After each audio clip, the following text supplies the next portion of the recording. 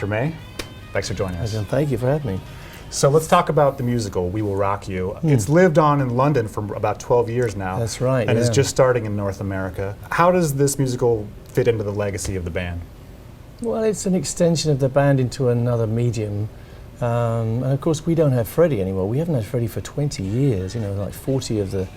We have a sort of 40-year history, and 20 of them are without our singer. Which is odd. So you think, well, how do we do this? How do we, you know, people still want to hear Queen music, it's very apparent. So one of the media that we looked at a long time ago, even as early as 1986, was the theatre. You know, can we do a musical theatre production? And to be honest, we were skeptical. But, you know, because we regarded musical theatre as kind of the opposite of what we did, and we didn't regard it as anything very real. You know, rock and roll is, in a sense, the antithesis of the old stuff, you know. But, you know, we put together a great team, which was half rock and roll people in the production, half musical theatre people. Our show is very funny.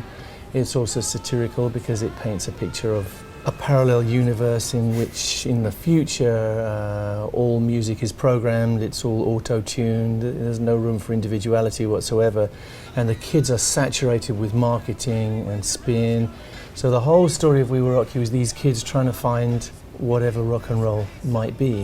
When the show started out in London, many critics didn't like it, although audiences obviously have been responding to it very enthusiastically.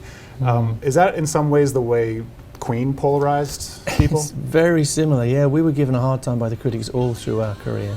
Maybe it hardens you up, maybe it makes you more resilient, I don't know. But I do know that the strength was in the unity was in the band's structure, you know, in the fact that there were 4 of us. And the stuff that we did to each other was much more cruel than anything that any critic could do to us. You know, so we would tear each other apart constantly, which gave us our strength, I guess. Let's talk a little bit about this beautiful book here that you produced. What is it about these images? And first of all, tell us how to pronounce the title and where this fits into the history of the medium. The title is Diablerie, which is a French word meaning devilments, really. And you can see the cover gives you a hint of what's inside. It's a lenticular stereo.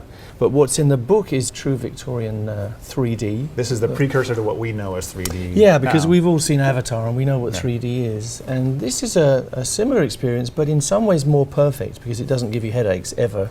The Diableries were a particular branch of stereo cards. They were tissues. In other words, they were printed on very thin paper. And rather than colour them on the front, they coloured them on the back so that when you held them up to the light, the colours came through. The viewer goes on any one of these illustrations and that will turn a flat image into a stereoscopic image, and it's something you feel you could walk into. It's very real if you want to look at that. And tell us how rare these cards are. They're very hard to find. Does that get a... Yep. It pops out. Does that work? Yeah. The devil is in my face. The devil's right there with all these little minions, and this is a parallel universe. It's hell, as depicted by pretty God-fearing people in the 1860s in France, except they had a bit of a glint in their eye, and I think they figured that hell might be fun. So these guys are the embodiment of our souls, the skeleton people, and nobody has seen these in the 21st century until now. Well, Brian May, thanks so much for joining us and talking about your projects.